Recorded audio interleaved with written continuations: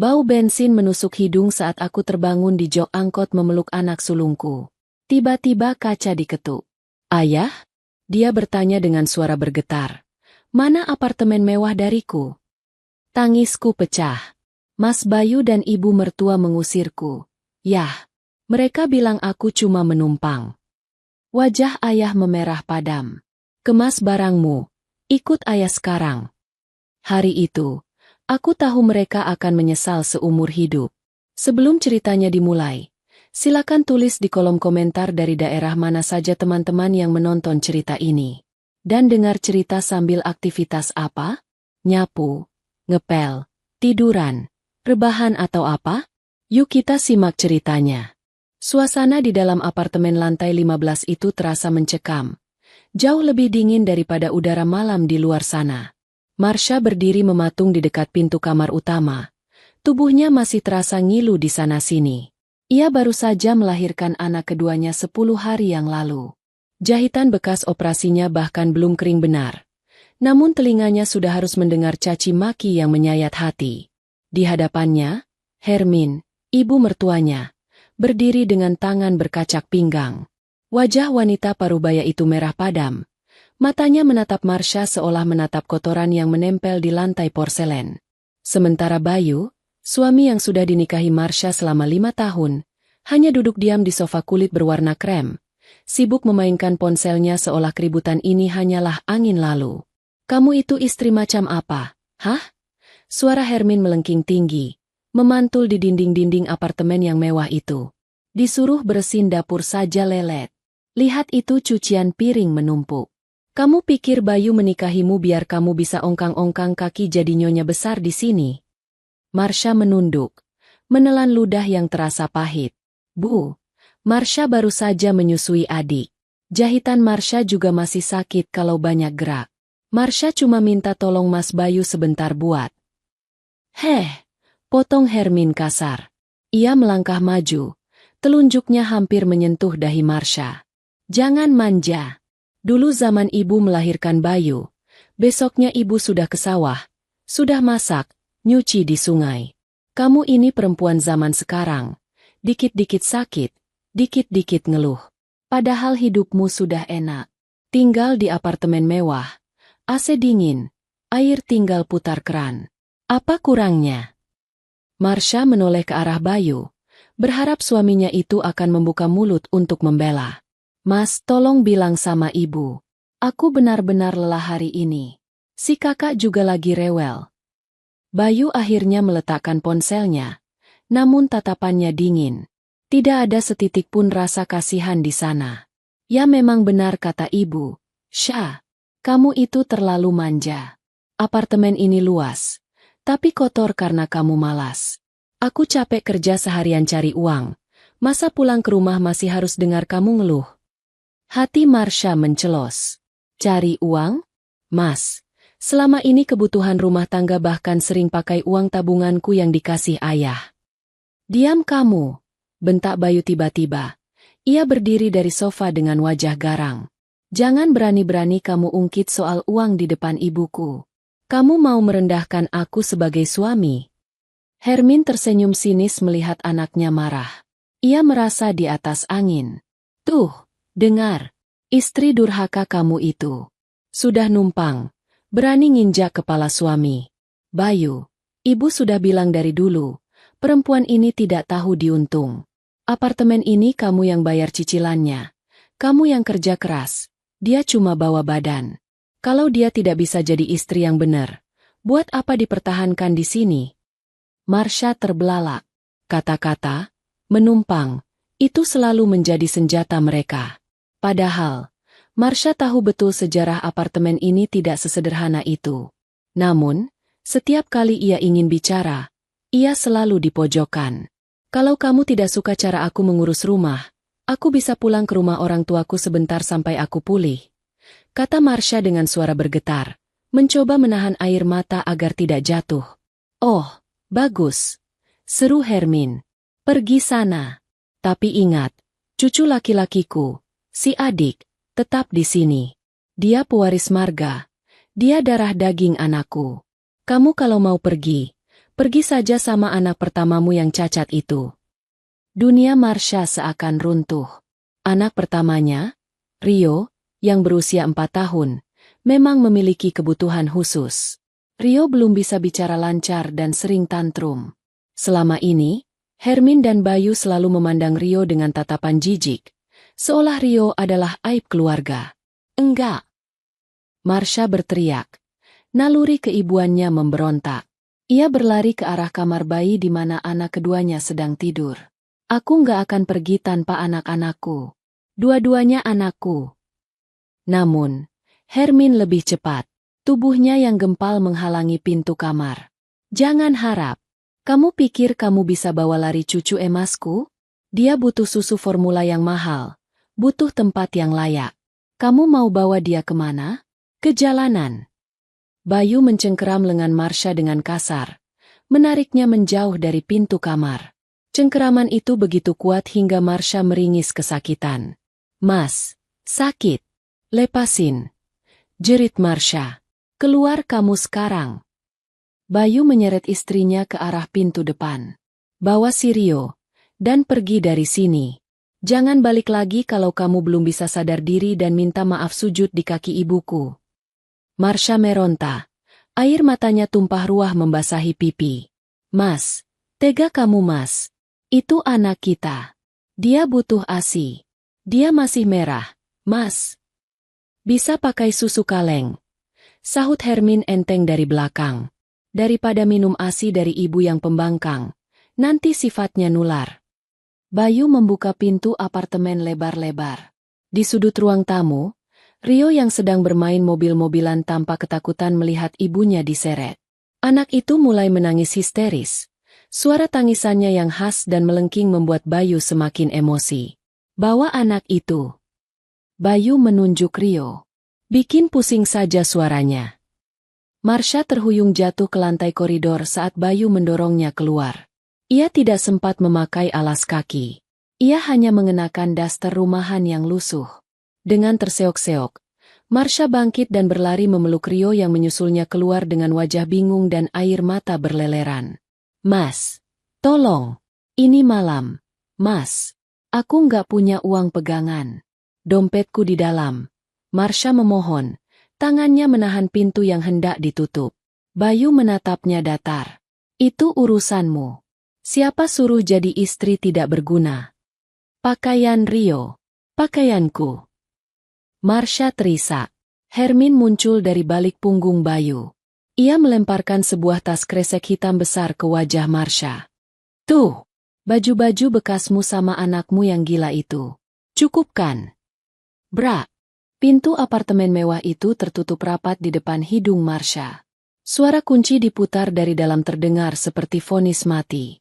Marsha menggedor-gedor pintu itu dengan kepalan tangannya yang lemah. Mas! Buka mas!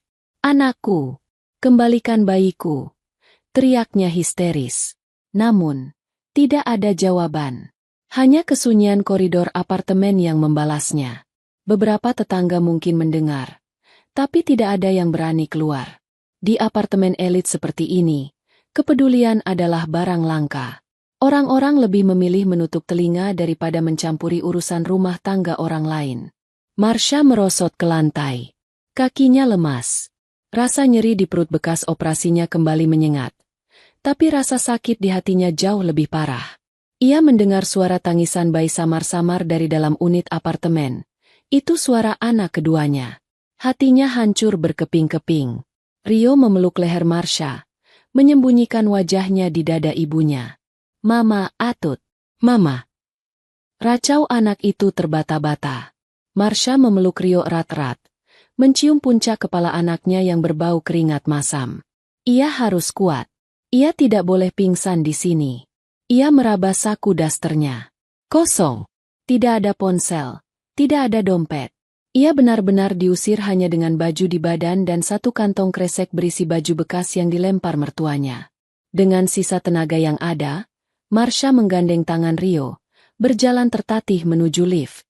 Tatapan satpam di lobi bawah nanti pasti akan penuh tanda tanya. Tapi Marsha sudah tidak peduli lagi dengan harga dirinya. Yang ia pikirkan hanyalah bagaimana cara bertahan hidup malam ini dan bagaimana cara merebut kembali bayinya dari tangan manusia-manusia berhati iblis itu. Ini adalah titik terendah dalam hidup Marsha. Diusir seperti sampah oleh pria yang dulu berjanji akan menjaganya, dipisahkan dari bayi merahnya, dan dihina oleh mertua yang selama ini ia layani dengan tulus. Namun, di dalam hati Marsha yang hancur, ada secercah api kecil yang mulai menyala. Api kemarahan yang kelak akan membakar habis kesombongan Bayu dan Hermin. Angin malam menusuk hingga ke tulang sumsum. Marsha berjalan tanpa arah menyusuri trotoar yang mulai sepi. Rio sudah berhenti menangis. Namun langkah kakinya semakin berat karena kelelahan. Anak itu terus merengek minta digendong. Padahal jahitan di perut Marsha terasa seperti ditarik-tarik setiap kali ia melangkah. Apalagi jika harus mengangkat beban. Sabar ya, sayang. Sebentar lagi kita istirahat, bisik Marsha, menahan perih. Ia tidak tahu harus kemana. Pulang ke rumah orang tuanya di luar kota tidak mungkin dilakukan malam ini tanpa uang sepeser pun. Meminta tolong pada tetangga apartemen juga mustahil. Satpam lobi tadi bahkan menatapnya curiga saat ia keluar tanpa alas kaki yang layak, hanya memakai sandal jepit tipis milik tamu yang kebetulan ada di rak sepatu luar. Marsha teringat satu nama, Pak Ujang. Beliau adalah sopir angkot langganan yang sering mengantar Marsha ke pasar atau terapi Rio diam-diam saat Bayu tidak mau mengantar. Pak Ujang tinggal di pangkalan angkot yang tidak terlalu jauh dari kompleks apartemen, di sebuah lahan kosong yang dijadikan tempat parkir angkot-angkot tua. Dengan langkah tertatih, Marsha menyusuri jalanan aspal yang kasar. Kaki Rio yang tanpa alas mulai lecet, membuat Marsha akhirnya memaksakan diri menggendong anak itu di punggungnya. Meski keringat dingin mulai bercucuran menahan sakit. Sesampainya di pangkalan angkot yang remang-remang, Marsha melihat Pak Ujang sedang mengelap kaca mobil angkotnya yang berwarna biru kusam. Pak Ujang. Panggil Marsha lirih. Suaranya hampir hilang tertelan angin. Lelaki tua itu menoleh. Matanya membelalak kaget. Ia buru-buru melempar kain lapnya dan berlari menghampiri Marsha yang wajahnya pucat pasi seperti mayat. Astagfirullah. Neng Marsha, kenapa malam-malam begini? Kenapa bawa Den Rio? Neng kan baru lahiran. Pak Ujang tampak panik melihat kondisi Marsha yang berantakan, mata sembab, dan daster yang kotor di bagian bawah. Tubuh Marsha limbung. Pak Ujang dengan sigap menahan bahunya dan membantu menurunkan Rio. Duduk dulu, Neng, duduk di bangku sini.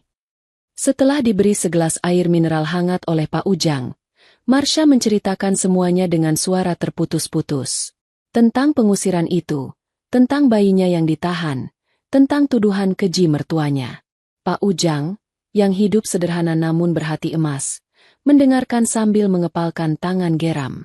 Biadab bener si Den Bayu itu. Laki-laki macam apa nelantarin istri sama anak cacat begitu? Gerutu Pak Ujang. Terus sekarang Neng mau kemana? Marsha menggeleng lemah. Saya nggak tahu, Pak. Saya nggak pegang uang sama sekali. Ponsel juga nggak dibawa. Pak Ujang menghela napas panjang. Ia merogoh saku celananya, mengeluarkan beberapa lembar uang ribuan yang lusuh. Neng, Bapak juga lagi seret setoran. Tapi kalau Neng mau, malam ini tidur di angkot Bapak saja dulu. Bapak bisa tidur di pos ronda sama teman-teman sopir lain. Daripada Neng di jalanan, bahaya. Marsha menatap angkot tua itu. Joknya terbuat dari kulit sintetis yang sudah sobek di sana-sini. Baunya campuran antara bensin, keringat penumpang, dan debu jalanan. Jauh sekali dibandingkan dengan kasur spring bed empuk di apartemennya yang ber-AC. Namun, malam ini, angkot butut ini adalah satu-satunya istana yang mau menerima kehadirannya. Makasih banyak, Pak. Makasih. Marsha terisak, menyalami tangan Pak Ujang yang kasar. Malam itu, Marsha membaringkan Rio di jok panjang angkot.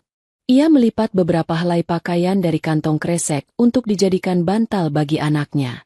Rio, yang sudah terlalu lelah, langsung tertidur pulas meski kakinya harus menekuk karena sempitnya ruang. Marsha duduk bersandar di dekat pintu angkot, menatap keluar jendela. Langit malam tampak kelabu. Di kejauhan, ia bisa melihat puncak gedung apartemen tempat ia tinggal sebelumnya.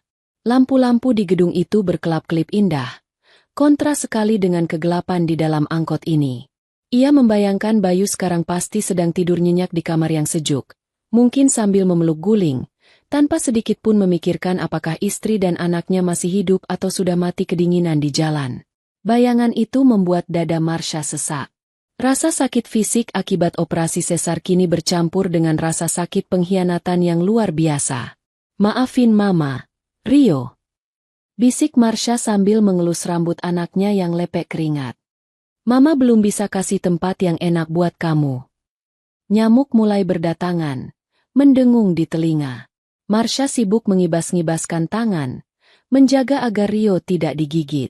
Bau bensin yang menyengat membuat perutnya mual, mengingatkannya bahwa ia belum makan malam. Tapi rasa lapar itu tertutup oleh rasa perih di hatinya. Ia teringat bayinya. Apakah bayi itu menangis? Apakah Hermin memberinya susu dengan benar? Bagaimana jika bayi itu sakit? Pikiran-pikiran buruk menghantui Marsha, membuatnya tidak bisa memejamkan mata sedetik pun. Di tengah keheningan malam, Marsha merenungi nasibnya. Selama 5 tahun menikah, ia selalu berusaha menjadi istri yang penurut. Ia menyembunyikan sifat asli Bayu dan mertuanya dari orang tuanya sendiri demi menjaga nama baik suami. Ia selalu berkata pada ayahnya bahwa Bayu adalah suami yang bertanggung jawab, bahwa apartemen itu dibeli dengan hasil kerja keras Bayu, sebuah kebohongan yang diminta Bayu untuk menjaga harga diri lelaki itu di depan mertua. "Bodoh, aku bodoh sekali," rutuk Marsha pada dirinya sendiri. Kebohongan yang ia ciptakan untuk melindungi suaminya kini justru menjadi senjata yang membunuhnya. Karena ia menutupi fakta bahwa uang muka dan sebagian besar cicilan apartemen itu sebenarnya dibayar oleh ayahnya secara diam-diam melalui transfer ke rekening Marsha, Bayu dan ibunya merasa memiliki hak penuh atas tempat itu. Marsha menatap nanar ke arah jalan raya yang sepi. Air matanya sudah kering, berganti menjadi tatapan kosong namun tajam. Rasa dingin malam ini tidak lagi membuatnya menggigil, melainkan membekukan hatinya. Cinta yang dulu ia punya untuk Bayu perlahan mati, tergantikan oleh rasa benci yang mulai mengakar. "Lihat saja, Mas," gumam Marsha lirih. Suaranya parau namun penuh penekanan. "Malam ini aku tidur di angkot, mencium bau bensin sementara kamu tidur di kasur empuk. Tapi aku bersumpah, demi anak-anakku, ini terakhir kalinya kamu bisa menginjak-injak aku. Roda akan berputar, Mas. Dan saat roda itu berputar, aku pastikan kamu akan berada di bawah, memohon ampun padaku."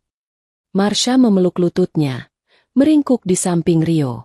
Ia mencoba memejamkan mata, mengumpulkan tenaga. Besok, ia harus mencari cara untuk menghubungi keluarganya. Besok, perang yang sebenarnya baru akan dimulai. Istana angkot ini menjadi saksi bisu di mana Marsha yang lemah mulai belajar untuk mengeraskan hatinya.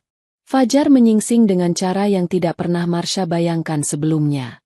Bukan dengan sapaan lembut sinar matahari yang menembus gorden sutra di kamar apartemennya, melainkan dengan silau cahaya yang menyengat dari balik kaca mobil angkot yang berdebu.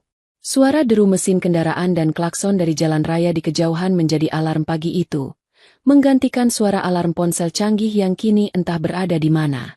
Marsha mengerjap. Matanya terasa lengket dan bengkak akibat menangis semalaman. Tubuhnya kaku, meringkuk dalam posisi yang tidak wajar demi memberi ruang bagi Rio. Setiap inci ototnya menjerit protes, dan rasa nyeri di perut bagian bawahnya, bekas luka operasi sesar yang belum kering, terasa semakin menjadi-jadi, seolah ada jarum panas yang ditusukkan di sana. Ia mencoba bergerak perlahan, menahan desis kesakitan agar tidak membangunkan Rio yang masih tertidur pulas dengan mulut sedikit terbuka. Bau bensin dan apek jok kulit sintetis langsung menyerbu indera penciumannya begitu ia sepenuhnya sadar. Realitas menghantamnya dengan telak. Ia bukan sedang bermimpi buruk. Ia benar-benar gelandangan sekarang. Diusir, dihina, dan dibuang seperti sampah oleh suami yang dulu memujanya. "Neng Marsha, sudah bangun." Suara serak Pak Ujang terdengar dari arah kursi pengemudi. Lelaki tua itu rupanya sudah bangun lebih dulu, duduk sambil merokok dengan pintu depan terbuka. Wajahnya tampak lelah.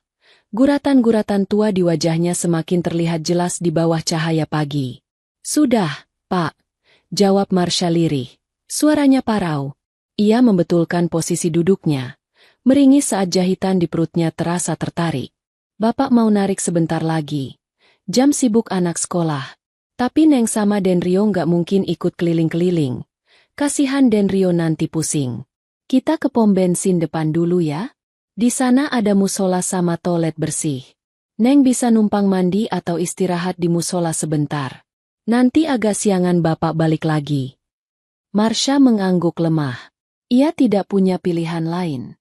Ia adalah penumpang gelap dalam kehidupan orang lain sekarang. Angkot biru tua itu pun melaju tersendat-sendat menuju pom bensin terdekat. Sepanjang perjalanan yang hanya 5 menit itu, Marsha menatap keluar jendela dengan tatapan kosong. Ia melihat ibu-ibu yang mengantar anaknya sekolah, melihat para pekerja kantoran yang rapi dengan kemeja licin. Dulu, ia adalah bagian dari mereka. Dulu, ia adalah nyonya yang dihormati. Kini, ia merasa seperti hantu yang tidak terlihat, tersembunyi di balik kaca film angkot yang mulai mengelupas. Sesampainya di pom bensin, Pak Ujang memarkirkan angkotnya di sudut area parkir yang agak sepi, dekat dengan musola. Neng, ini ada uang sedikit, 20.000. Buat beli sarapan Denrio atau beli sabun. Pak Ujang menyodorkan uang kertas yang sudah lecek. Marsha ingin menolak. Harga dirinya berontak. Namun, perut Rio berbunyi nyaring dalam tidurnya. Marsha menelan ludah, menyingkirkan gengsinya demi sang anak. Pak, saya janji akan ganti berlipat-lipat nanti kalau saya sudah bangkit. Terima kasih banyak, Pak Ujang. Pak Ujang tersenyum tulus, menepuk bahu Marsha pelan sebelum kembali ke kursi kemudi dan melajukan angkotnya mencari penumpang, meninggalkan Marsha dan Rio di area pom bensin itu. Marsha membangunkan Rio dengan lembut. Anak itu merengek. Bingung kenapa tidurnya tidak nyaman dan kenapa ia tidak berada di kasurnya yang empuk. Marsha harus membujuknya dengan susah payah agar mau diajak ke toilet umum. Dengan langkah tertatih, Marsha memandikan Rio ala kadarnya di wastafel toilet umum, mengabaikan tatapan jijik dari beberapa pengguna toilet yang melihat penampilannya yang lusuh. Setelah itu, mereka duduk di teras musola. Marsha membelikan roti dan susu kotak untuk Rio dengan uang pemberian Pak Ujang. Sementara ia sendiri hanya meminum air keran yang ia tampung di botol bekas. Ia tidak lapar. Rasa sakit hatinya jauh lebih mendominasi daripada rasa lapar fisiknya. Pikirannya melayang pada bayi merahnya di apartemen sana. Apakah ia sudah dimandikan? Apakah Hermin tahu cara merawat tali pusar yang belum puput? Ketakutan itu membuatnya mual. Matahari mulai meninggi.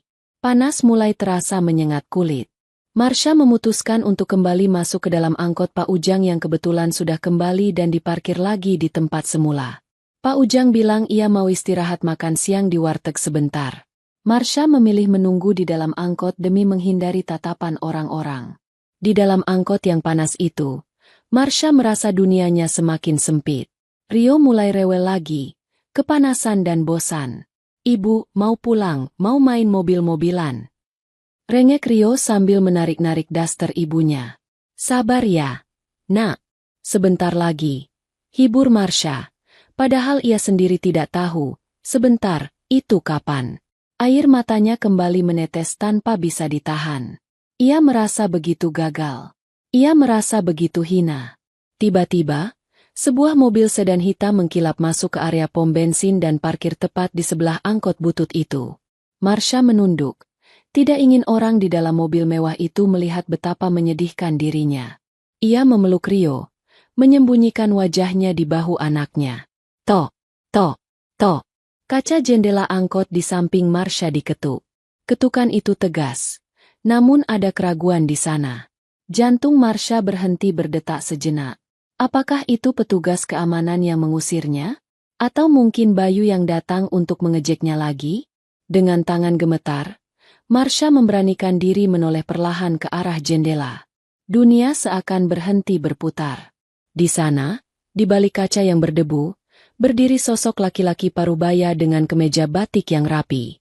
Wajahnya yang biasanya tenang kini dipenuhi dengan campuran ekspresi yang sulit dijelaskan. Terkejut, marah, dan hancur. Itu ayah. Mata Marsha membelalak. Bagaimana ayah bisa ada di sini? Ia belum menghubungi siapapun. Ayah membuka pintu angkot dengan kasar, seolah tidak sabar memastikan penglihatannya. Begitu pintu terbuka, udara panas angkot bertukar dengan udara luar.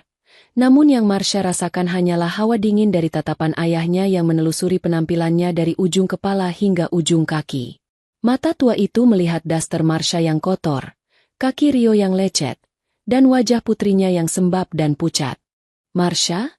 Suara ayah terdengar bergetar hebat, seperti menahan tangis yang akan meledak. Pertahanan Marsha runtuh seketika. "Ayah!" Ayah tidak langsung memeluknya. Ia mencengkeram pinggiran pintu angkot. Buku-buku jarinya memutih. Tatapannya tajam menusuk mata Marsha. Dengan suara yang tertahan namun penuh penekanan, ayah bertanya, kalimat yang langsung menohok jantung Marsha. "Mana apartemen mewah dariku? Kenapa putriku tidur di jok angkot seperti gelandangan?" Tangis Marsha pecah, meledak begitu saja seperti bendungan yang jebol.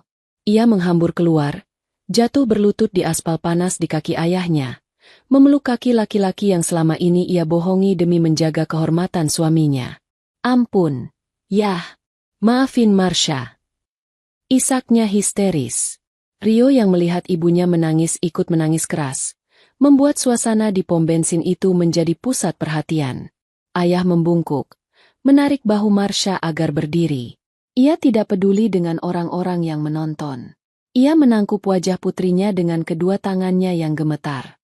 Jawab ayah, "Nak, mana suamimu? Kenapa kamu di sini?" "Mas Bayu dan ibu mertua mengusirku." Yah, Marsha tersedu-sedu, menumpahkan kebenaran yang selama ini ia simpan rapat-rapat. "Tadi malam, aku diusir cuma pakai baju di badan. Bayiku ditahan sama mereka. Mereka bilang aku cuma menumpang di apartemen itu. Mereka bilang aku istri tidak berguna." Wajah ayah berubah warna. Dari pucat karena syok, menjadi merah padam karena amarah yang memuncak. Urat-urat lehernya menonjol. Rahangnya mengeras. "Menumpang?" Ulang ayah dengan nada rendah yang mengerikan. "Mereka bilang kamu menumpang di rumah yang aku beli dengan keringat darahku." Marsha mengangguk lemah. "Mereka tidak tahu. Yah, Mas Bayu selalu bilang ke ibunya kalau apartemen itu hasil kerjanya. Aku disuruh diam, aku bodoh. Yah, aku diam saja biar Mas Bayu dihargai ibunya." Ayah memejamkan mata sejenak, menarik napas panjang, lalu membukanya lagi. Kali ini, tidak ada lagi kesedihan di matanya. Yang ada hanyalah kilatan baja yang dingin dan tegas. Ia melihat ke arah Pak Ujang yang berdiri canggung di dekat angkot. Rupanya, Pak Ujanglah yang diam-diam menghubungi ayah lewat telepon wartel saat Marsha sedang di toilet tadi pagi. Pak Ujang masih menyimpan nomor telepon rumah orang tua Marsha yang pernah ia catat dulu saat mengantar Marsha pulang kampung. Ayah mengangguk terima kasih pada Pak Ujang, lalu kembali menatap Marsha. "Kemas barangmu." "Tidak, tinggalkan saja kain lab buruk itu," kata ayah tegas sambil menendang kantong kresek hitam berisi baju bekas pemberian mertua Marsha. "Bawa Rio masuk ke mobil ayah. Sekarang." "Tapi ya bayiku, adik masih di sana." Marsha meratap. Matanya menatap ke arah gedung apartemen di kejauhan. "Kita akan ambil bayimu. Kita akan ambil semuanya." Suara ayah terdengar mutlak, tidak bisa dibantah. "Tapi sekarang kamu butuh dokter. Kamu pendarahan. Nak, lihat kakimu." Marsha menunduk dan baru menyadari ada darah yang merembes mengalir di betisnya. Jahitan operasinya rupanya terbuka atau mengalami infeksi karena aktivitas berat dan stres yang ia alami. Seketika itu juga, pandangan Marsha mengabur. Tubuhnya limbung. Dengan sigap ayah menangkap tubuh putrinya sebelum menghantam aspal. Hari itu, di tengah hiruk-pikuk pom bensin yang panas, Marsha merasakan pelukan pelindung yang sudah lama hilang. Pelukan seorang ayah yang siap menghancurkan dunia demi putrinya. "Mereka sudah membangunkan macan tidur, Sha," bisik ayah di telinga Marsha yang setengah sadar.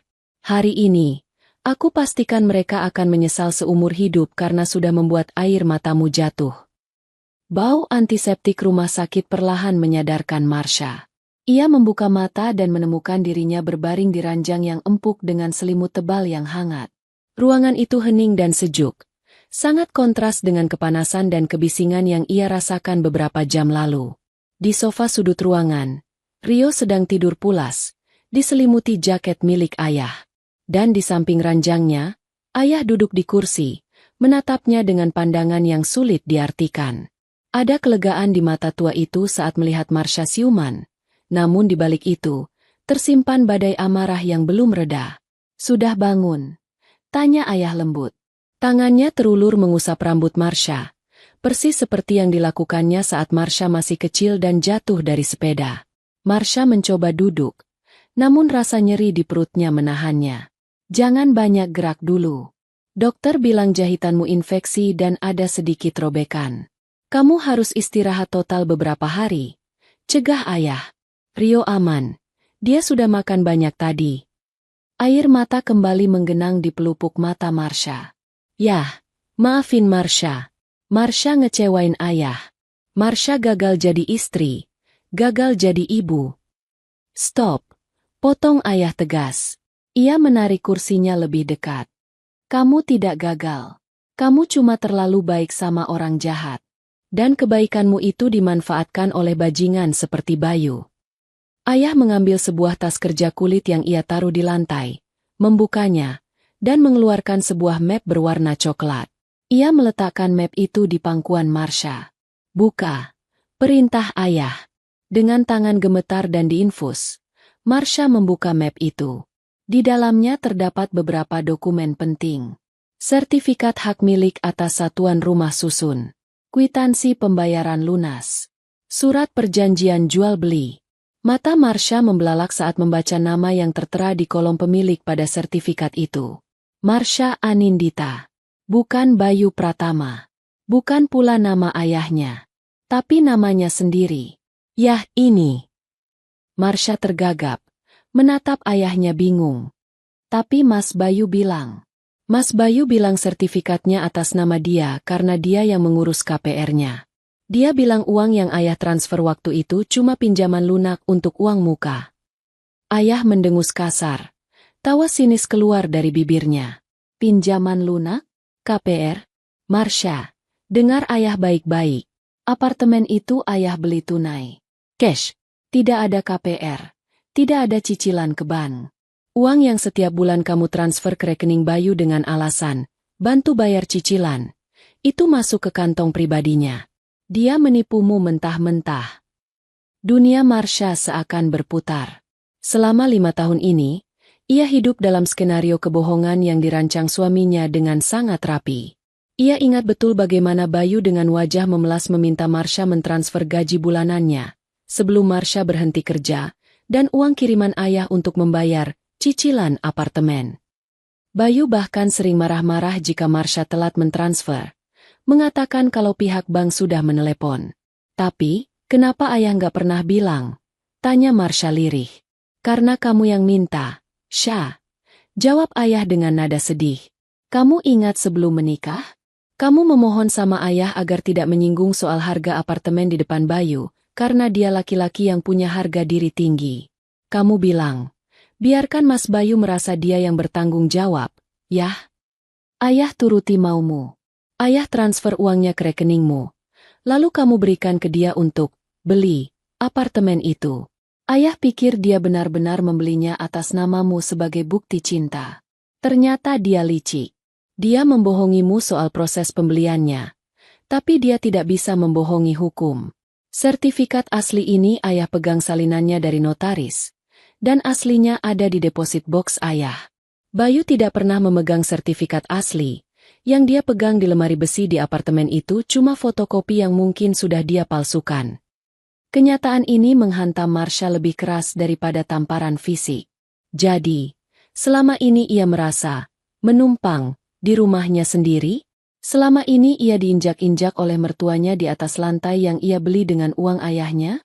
Dia bilang kamu menumpang. Ayah menggelengkan kepala tak percaya. Laki-laki macam apa yang tinggal di rumah istrinya, makan dari uang istrinya, tapi berlagak seperti raja dan mengusir pemilik aslinya. Kemarahan mulai menjalar di nadi Marsha, menggantikan rasa sedih yang mendu. bayangan wajah sombong Hermin saat mengusirnya, wajah angkuh Bayu saat menutup pintu, semuanya berputar di kepala Marsha. Mereka tidak hanya jahat, mereka adalah pencuri. Mereka adalah benalu yang lupa diri.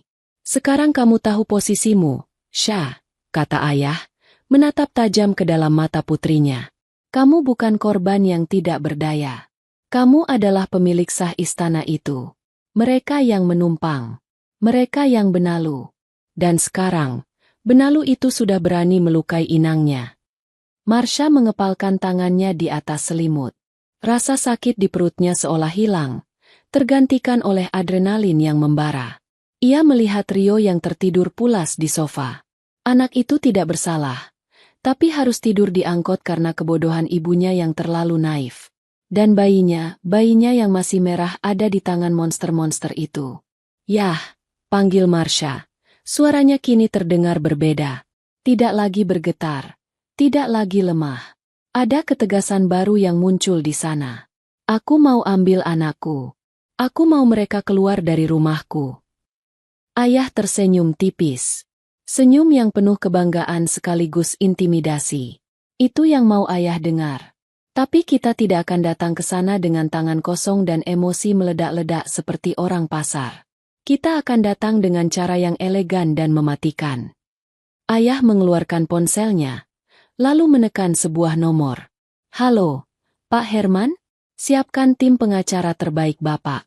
Kita punya kasus penelantaran anak, KDRT psikis, dan penipuan penggelapan aset. Ya, korbannya anak saya. Saya mau somasi dilayangkan besok pagi. Dan satu lagi, hubungi kenalan Bapak di kepolisian. Saya butuh pengawalan untuk eksekusi pengambilan hak asuh anak besok. Marsha mendengarkan percakapan itu dengan jantung berdebar kencang. Ia menyeka air mata terakhir yang menetes di pipinya. Mulai detik ini, tidak ada lagi Marsha yang cengeng. Tidak ada lagi Marsha si istri penurut yang bodoh. Ayah menutup teleponnya dan kembali menatap Marsha. Istirahatlah malam ini. Kumpulkan tenagamu. Makan yang banyak. Besok, kita akan buat kejutan untuk suamimu yang terhormat itu. Marsha mengangguk mantap. Ia memandang keluar jendela rumah sakit. Langit sore mulai berwarna jingga, mirip dengan warna langit saat ia diusir kemarin. Namun perasaannya kini berbeda 180 derajat. Kemarin ia merasa dunia berakhir. Hari ini ia merasa dunia baru saja dimulai. Terima kasih, Yah, bisik Marsha. Sama-sama. Nak, ingat satu hal. Ayah menggenggam tangan Marsha erat. Air mata wanita itu mahal. Jika ada laki-laki yang membuatnya jatuh dengan sengaja, maka dia harus membayarnya dengan harga yang sangat tinggi. Dan Bayu, dia tidak akan mampu membayar tagihannya. Di kamar rumah sakit yang hening itu, transformasi Marsha dimulai. Ia bukan lagi istri yang memohon cinta. Ia adalah seorang ibu yang siap berperang demi anak-anaknya, dan seorang wanita yang siap merebut kembali martabatnya yang telah dirampas. Ratu jalanan yang kemarin tidur di angkot, kini sedang bersiap untuk kembali ke singgasananya dan menendang para pengkhianat keluar. Sinar matahari pagi menembus celah tirai jendela rumah sakit, menyinari wajah Marsha yang kini terlihat jauh lebih segar meski masih pucat. 3 hari sudah berlalu sejak malam jahanam itu. 3 hari yang digunakan Marsha bukan untuk meratapi nasib, melainkan untuk menyusun ulang kepingan dirinya yang sempat hancur. Marsha duduk di tepi ranjang, menatap pantulan dirinya di cermin kecil yang ia pegang. Di sana, ia melihat seorang wanita dengan mata yang bengkak namun memiliki sorot yang berbeda. Tidak ada lagi ketakutan. Tidak ada lagi keraguan. Luka operasi di perutnya memang masih terasa nyeri setiap kali ia bergerak. Namun rasa sakit itu kini menjadi pengingat yang membakar semangatnya. Setiap denyut nyeri adalah bahan bakar kemarahannya. Pintu kamar rawat inap terbuka. Ayah masuk bersama seorang pria parubaya berjas rapi yang membawa tas kerja tebal. Itu adalah Pak Herman, pengacara kepercayaan keluarga yang sudah dihubungi ayah sebelumnya. Selamat pagi, Bu Marsha. Bagaimana kondisinya hari ini? Sapa Pak Herman dengan sopan namun tegas. Jauh lebih baik, Pak. Jawab Marsha mantap. Saya sudah siap. Ayah duduk di samping Marsha, menggenggam tangan putrinya sejenak untuk menyalurkan kekuatan, lalu mengangguk pada Pak Herman untuk memulai. Pak Herman mengeluarkan tumpukan berkas dari tasnya. Bu Marsha, kami sudah memproses hasil visum dari dokter rumah sakit ini. Hasilnya sangat kuat untuk menjerat suami Anda. Ada bukti infeksi pada luka operasi akibat aktivitas berat yang dipaksakan dan stres berlebih pasca melahirkan. Selain itu, kondisi psikis ibu dan trauma yang dialami anak pertama ibu, Rio, juga sudah dicatat oleh psikolog anak. Marsha mendengarkan dengan seksama. Dulu, ia akan gemetar ketakutan membayangkan harus berurusan dengan hukum, takut mencemarkan nama baik suaminya. Tapi sekarang, setiap kata yang keluar dari mulut pengacara itu terdengar seperti musik di telinganya. Lalu, mengenai status kepemilikan apartemen, lanjut Pak Herman, kali ini nada bicaranya lebih serius. Saya sudah mengecek ulang semua dokumen legalitas. Sertifikat hak milik sah atas nama Marsha Anindita. Bukti transfer dari rekening ayah Anda ke rekening Anda, lalu ke rekening pengembang, semuanya lengkap. Suami Anda tidak punya hak sepeser pun atas properti itu. Fakta bahwa dia mengusir pemilik sah dari rumahnya sendiri adalah tindak pidana penguasaan aset tanpa hak, ditambah penelantaran istri dan anak. Apa yang harus saya lakukan, Pak? Tanya Marsha. Tanda tangan di sini. Pak Herman menyodorkan surat kuasa dan dokumen somasi. Dengan ini, kita akan menuntut hak asuh penuh atas kedua anak ibu, menuntut ganti rugi material dan imaterial, serta memberikan peringatan keras agar mereka segera angkat kaki dari apartemen ibu. Marsha mengambil pena itu. Tangannya sempat berhenti di atas kertas. Kilasan memori masa lalu berputar di kepalanya. Janji suci pernikahan, senyum manis Bayu saat melamar, hingga wajah bengis Hermin saat melempar baju bekas ke wajahnya. Mas Bayu, gumam Marsha pelan. Kamu yang meminta ini. Dengan gerakan cepat dan tegas, Marsha membubuhkan tanda tangannya.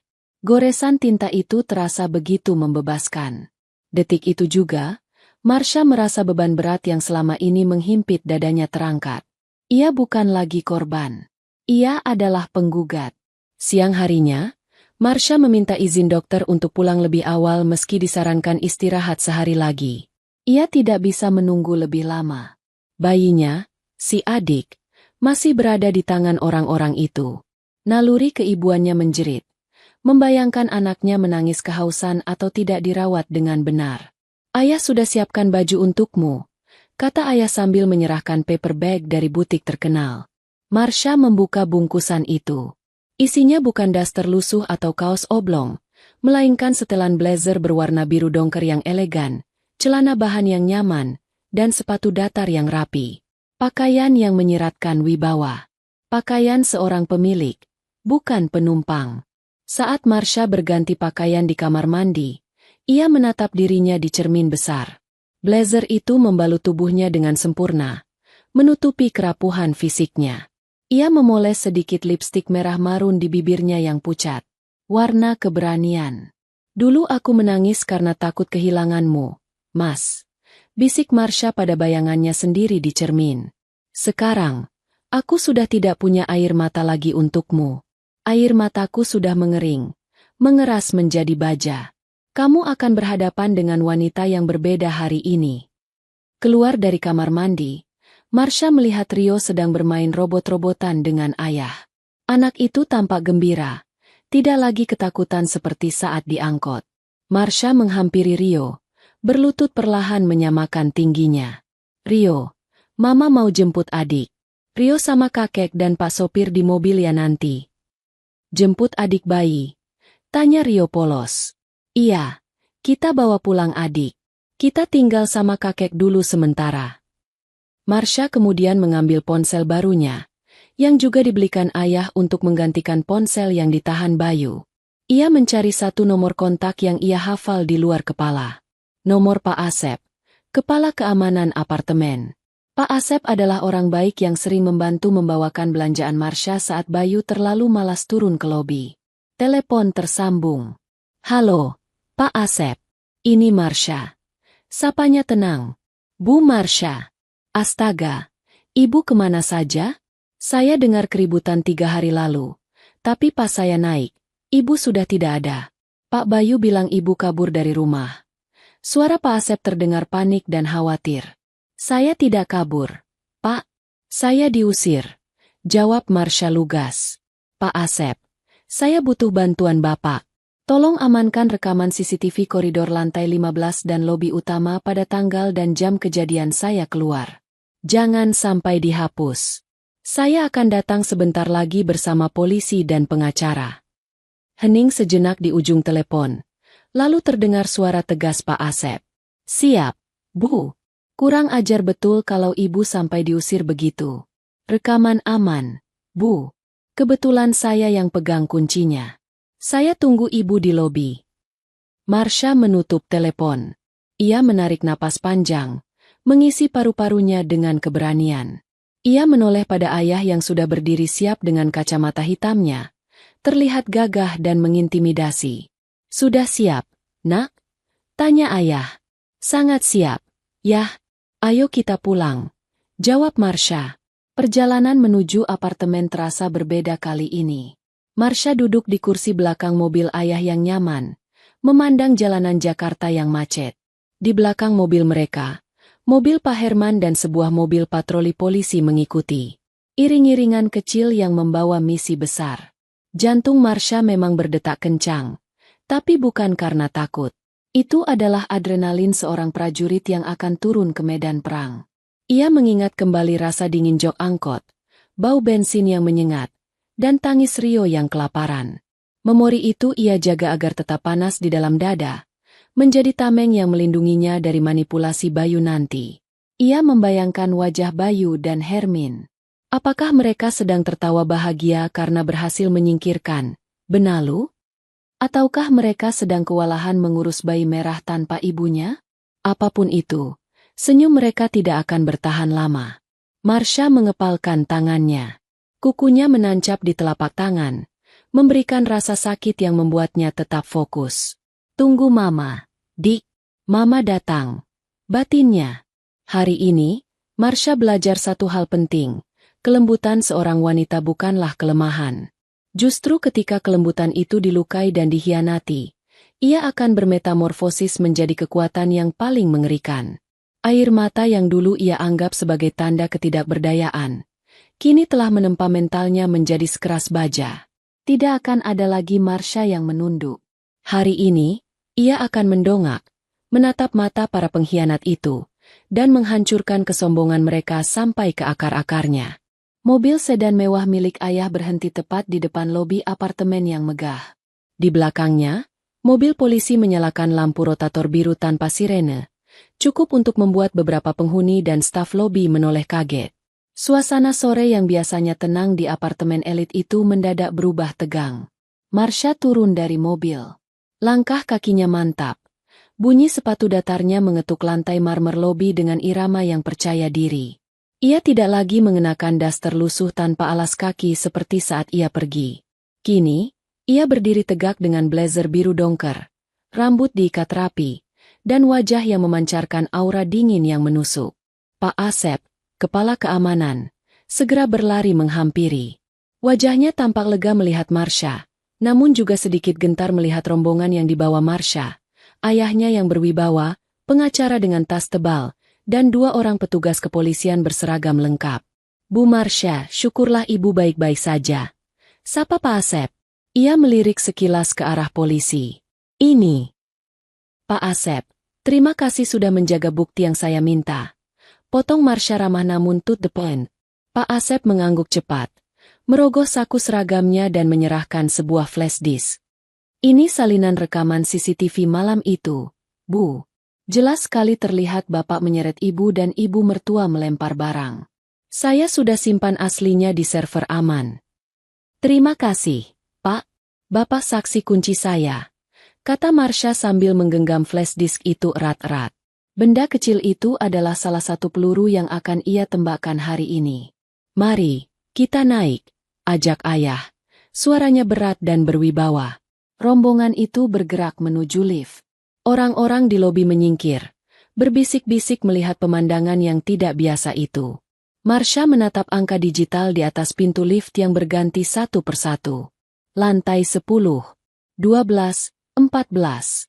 Setiap tingkatan lantai membawa Marsha semakin dekat pada masa lalunya yang kelam, sekaligus masa depannya yang baru. Dadanya bergemuruh, namun wajahnya tetap datar, tak terbaca. Ting! Pintu lift terbuka di lantai 15. Lorong apartemen itu sepi dan dingin. Karpet tebal meredam suara langkah kaki mereka.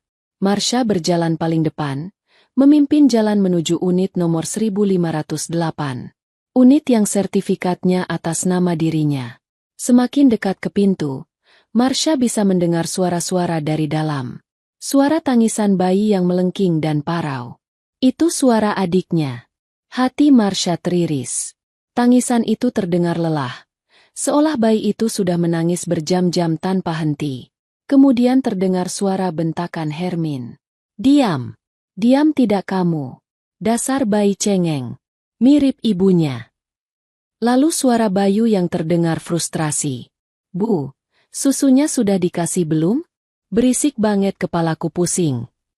Sudah. Dia nggak mau dot. Maunya nenen ibunya. Salah kamu ngusir Marsha buru-buru. Harusnya tunggu anak ini agak besar sedikit. Darah Marsha mendidih mendengar percakapan itu. Jadi, penyesalan mereka bukan karena rasa bersalah, tapi karena kerepotan? Tangan Marsha gemetar karena marah, bukan karena takut. Ia menoleh pada polisi di belakangnya, memberi isyarat. Tanpa memencet bel, Marsha membiarkan polisi mengetuk pintu dengan keras. Dok, dok, dok, buka, polisi. Suara di dalam seketika senyap. Hening yang mencekam. Terdengar langkah kaki tergesa mendekati pintu. Suara kunci diputar, dan pintu terbuka sedikit.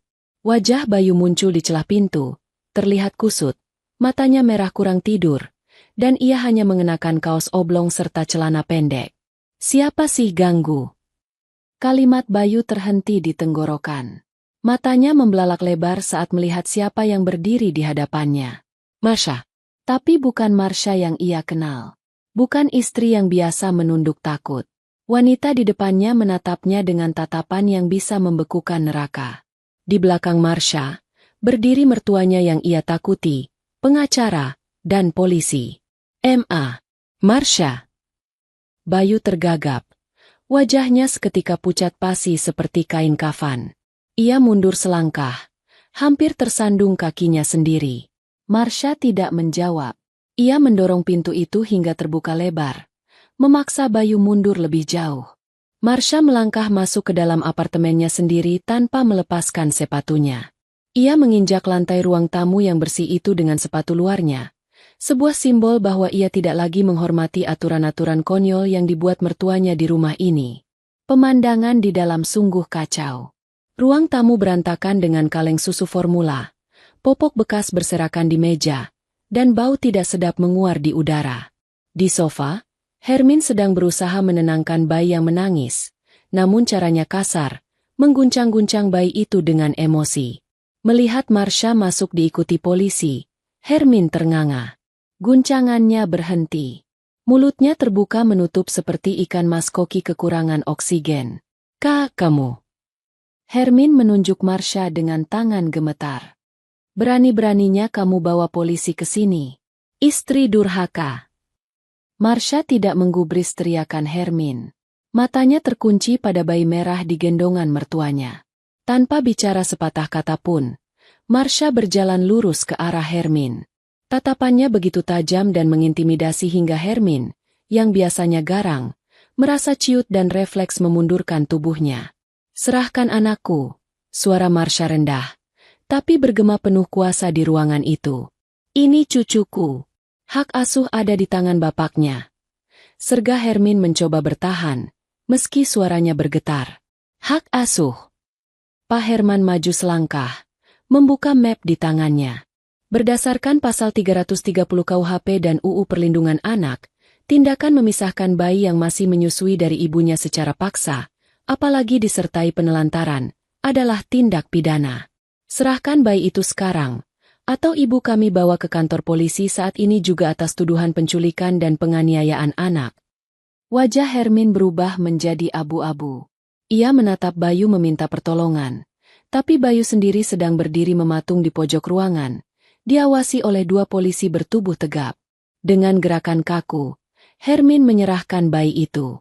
Marsha segera mendekap anaknya. Tangisan bayi itu berangsur mereda begitu mencium aroma tubuh ibunya yang familiar.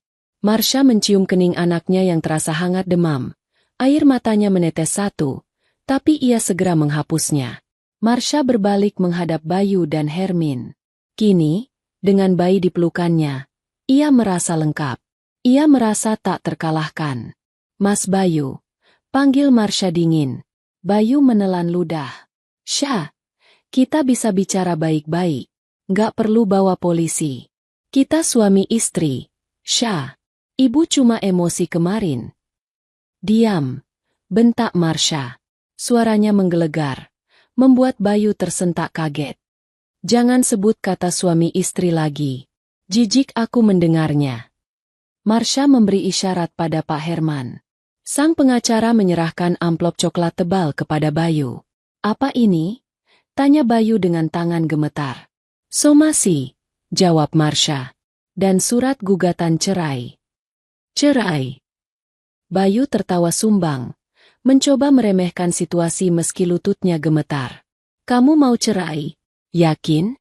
Kamu mau hidup di mana? Di kolong jembatan? Ingat Syah, apartemen ini punyaku. Kalau kita cerai, kamu nggak dapat apa-apa.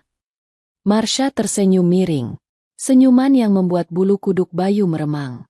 Ayah Marsha yang sedari tadi diam di dekat pintu, kini tertawa kecil. Tawa yang merendahkan. Punyamu? Tanya ayah sinis. Coba kamu ambil sertifikat yang kamu simpan di brankas itu. Kita lihat siapa nama pemiliknya. Bayu mengerutkan kening. Bingung. Maksud ayah apa? Jelas-jelas itu. Cek saja. Tantang Marsha. Keraguan mulai merayapi hati Bayu. Ia berlari kecil ke kamar, membuka lemari besi, dan mengambil map sertifikat yang selama ini ia banggakan. Ia kembali ke ruang tamu dan membukanya dengan kasar di depan semua orang. Ia membaca nama yang tertera di sana. Lalu membacanya lagi. Dan lagi. Matanya melotot. Seolah bola matanya akan keluar. Wajahnya yang pucat kini berubah menjadi merah padam karena malu dan syok. Marsha. Anindita? Desisnya tak percaya. Ia menatap ibunya. Lalu menatap Marsha. Ini palsu kan? Kamu memalsukannya. Itu asli, bodoh, sahut ayah tajam. Aku membeli apartemen ini tunai atas nama putriku. Uang yang kamu minta setiap bulan untuk cicilan, itu uang jajanku untuk putriku yang kamu gelapkan. Kamu pikir aku sebodoh itu membiarkan properti miliaran rupiah atas nama laki-laki yang kerjanya cuma main game dan menyuruh istrinya jadi pembantu? Kenyataan itu menghantam Bayu dan Hermin seperti truk tronton. Apartemen mewah yang selama ini mereka banggakan, tempat mereka merasa berkuasa, ternyata bukan milik mereka. Merekalah yang menumpang.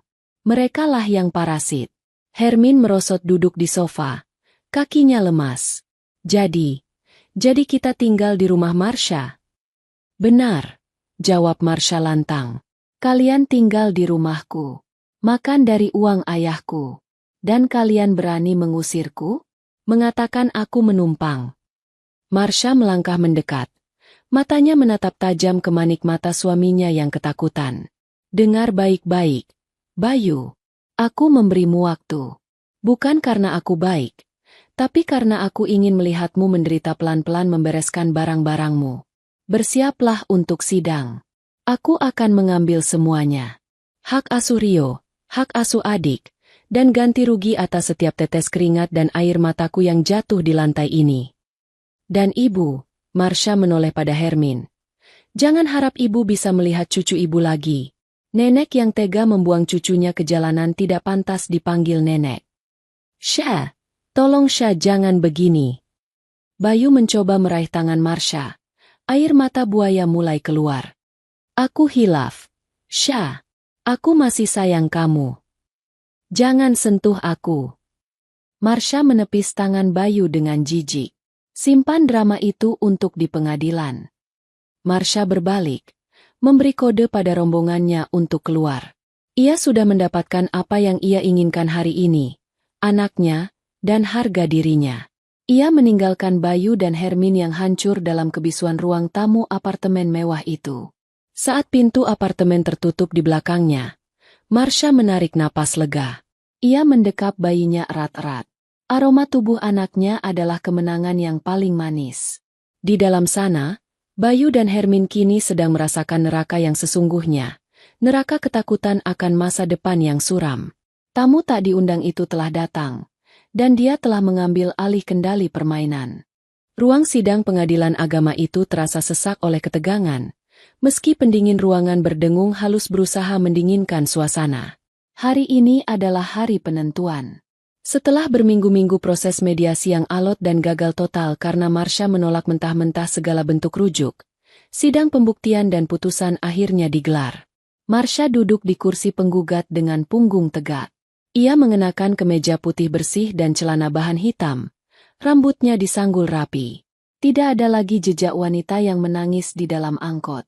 Di sebelahnya, Pak Herman tampak tenang sambil membolak-balik berkas tebal yang menjadi senjata mereka. Di barisan belakang, ayah duduk mengawasi seperti elang yang siap menyambar, memberikan rasa aman yang luar biasa bagi Marsha. Di sisi lain ruangan, duduk Bayu dan kuasa hukumnya yang terlihat kurang percaya diri. Penampilan Bayu sangat kontras dengan Marsha. Wajahnya kusam, matanya cekung dengan lingkaran hitam yang tebal, dan kemeja batiknya terlihat kusut di bagian punggung. Sejak diusir secara paksa dari apartemen seminggu setelah somasi dilayangkan, sebuah adegan memalukan yang disaksikan banyak tetangga, hidup Bayu terjun bebas.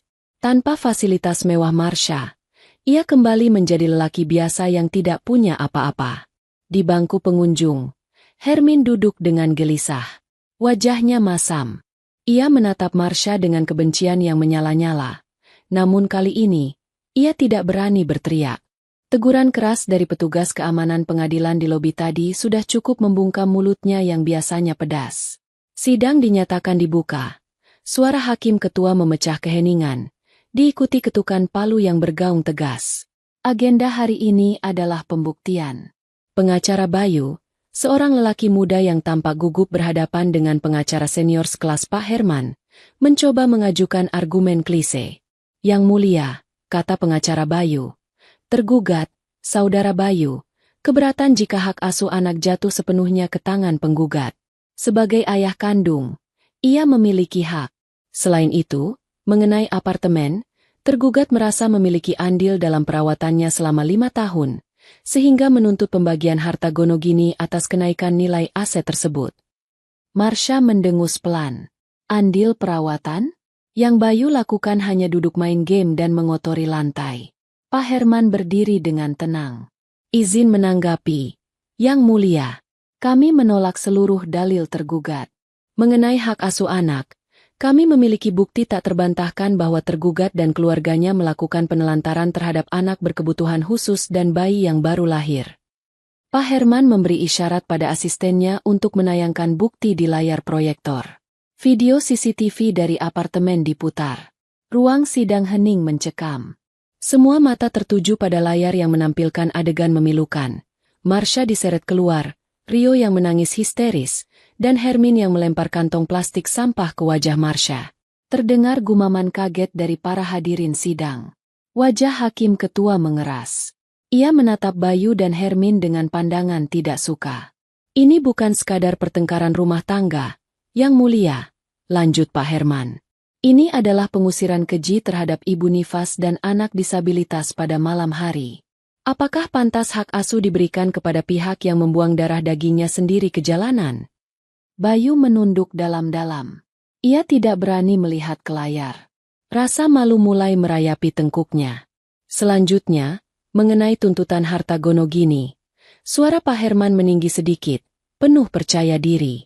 Saudara tergugat mengklaim memiliki andil finansial. Mari kita lihat fakta perbankan. Layar proyektor berganti menampilkan tabel aliran dana yang rumit namun jelas. Rekening koran Marsha dan Bayu terpampang nyata. Yang mulia, Apartemen dibeli tunai oleh ayah penggugat atas nama penggugat sebelum pernikahan dicatatkan secara negara, sehingga itu adalah harta bawaan, bukan harta bersama. Adapun uang yang selama ini diklaim tergugat sebagai cicilan yang ia bayar, faktanya adalah uang yang ditransfer oleh penggugat dari uang ayahnya ke rekening tergugat. Lalu tergugat hanya meneruskannya untuk membayar tagihan listrik dan air, sisanya digunakan untuk gaya hidup pribadi. Data transaksi kartu kredit Bayu dibuka. Pembelian voucher game jutaan rupiah, belanja online barang elektronik mewah, hingga tagihan makan di restoran mahal bersama teman-temannya. Semua menggunakan uang yang seharusnya untuk kebutuhan rumah tangga. Jadi, siapa yang menafkahi siapa di sini? Tanya Pak Herman retoris, menatap tajam ke arah Bayu. Tergugat tidak hanya gagal sebagai kepala keluarga, tetapi juga melakukan penggelapan dana rumah tangga dan manipulasi psikologis terhadap istrinya. Skakmat. Hakim ketua menoleh pada Bayu. Saudara tergugat, apakah Anda memiliki bukti bantahan atas data rekening ini? Apakah Anda punya bukti slip gaji atau penghasilan pribadi yang Anda gunakan untuk membeli apartemen tersebut? Bayu terdiam. Mulutnya terkunci rapat. Keringat dingin mengalir di pelipisnya. Ia tidak punya apa-apa. Selama ini ia bekerja serabutan dengan gaji kecil yang bahkan tidak cukup untuk membeli bensin mobilnya sendiri. Gaya hidup mewahnya 100% disokong oleh pinjaman dari Marsha yang tak pernah ia ganti. Saya. Bayu tergagap. Jawab yang jelas. Bentak hakim anggota. Tidak ada, Yang Mulia. Cicit Bayu pelan. Sangat pelan hingga nyaris tak terdengar. Di bangku belakang, Hermin menutup wajahnya dengan tangan. Ia merasa dipermalukan seumur hidup. Anak kebanggaannya, yang selalu ia puji-puji di depan tetangga kampung sebagai pengusaha sukses di Jakarta, kini telanjang bulat aibnya di depan hukum. Ternyata anaknya hanyalah benalu yang hidup dari ketiak istri. Setelah musyawarah singkat majelis hakim, putusan akhirnya dibacakan. Setiap kata yang keluar dari mulut hakim terasa seperti pukulan palu godam bagi Bayu dan ibunya. Mengadili, suara hakim menggema. Mengabulkan gugatan penggugat untuk seluruhnya. Menjatuhkan talak 1 bain syugra tergugat terhadap penggugat. Menetapkan hak asuh kedua anak jatuh sepenuhnya kepada ibu, penggugat, dengan memberikan akses terbatas kepada ayah kandung di bawah pengawasan. Menolak tuntutan harta gono gini dari tergugat. Menghukum tergugat untuk membayar nafkah iddah dan mut'ah sebesar 50 juta rupiah, serta nafkah anak sebesar 5 juta rupiah per bulan di luar biaya pendidikan dan kesehatan.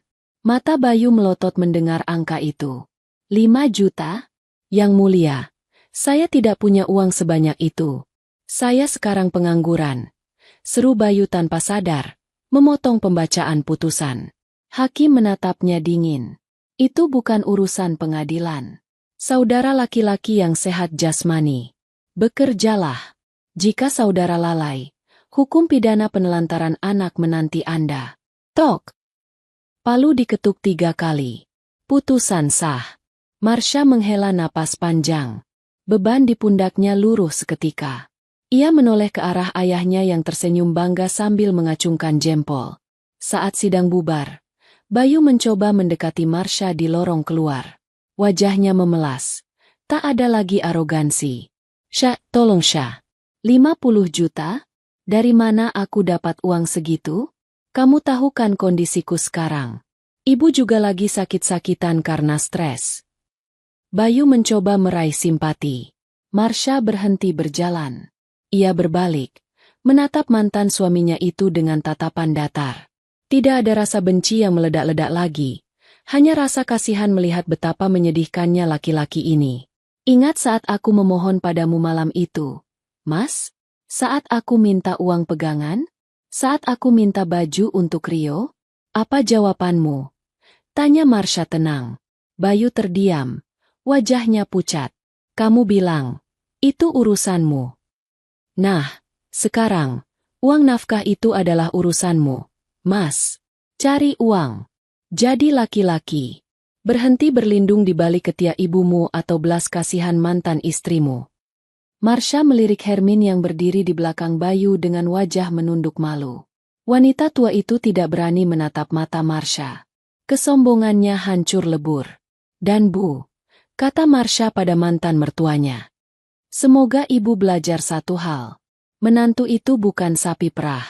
Menantu itu anak orang lain yang dititipkan untuk dijaga, bukan untuk diinjak. Sekarang, silakan nikmati hasil didikan ibu terhadap anak ibu sendiri.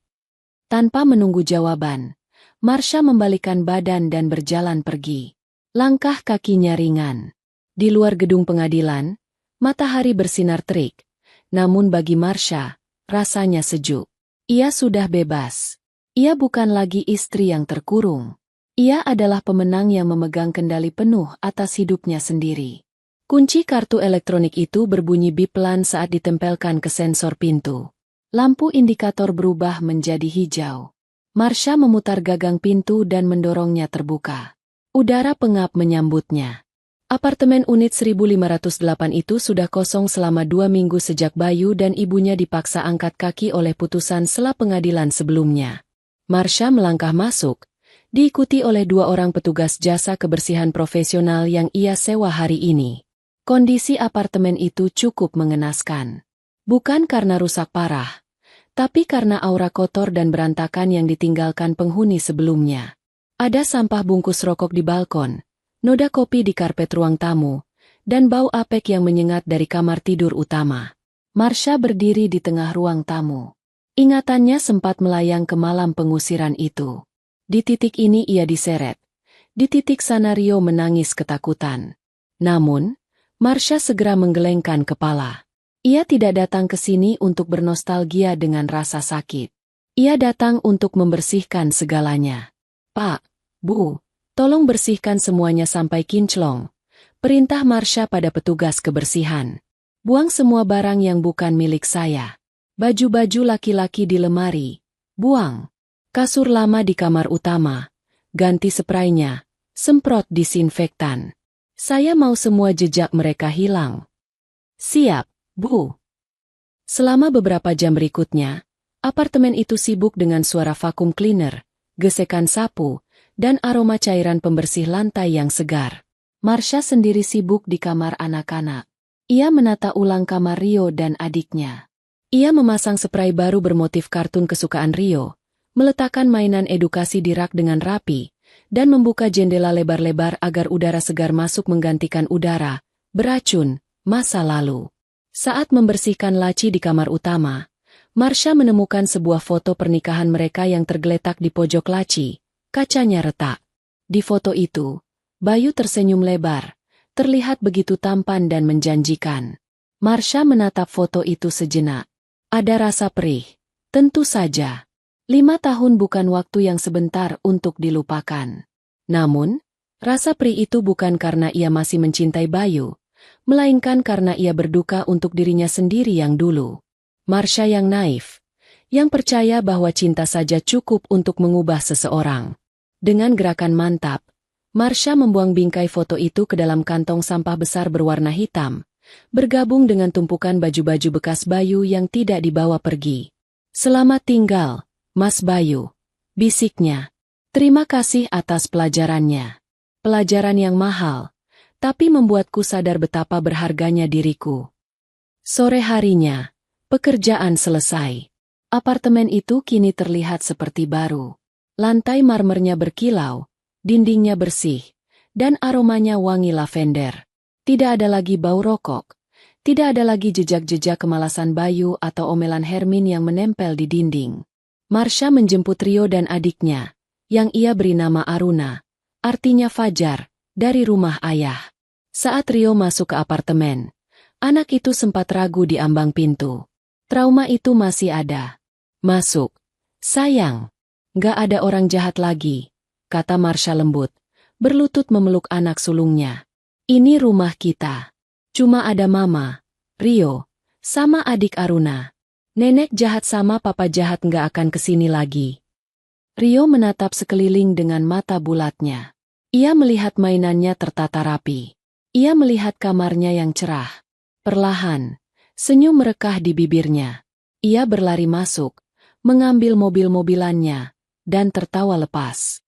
Suara tawa Rio adalah suara terindah yang mengisi kekosongan apartemen itu.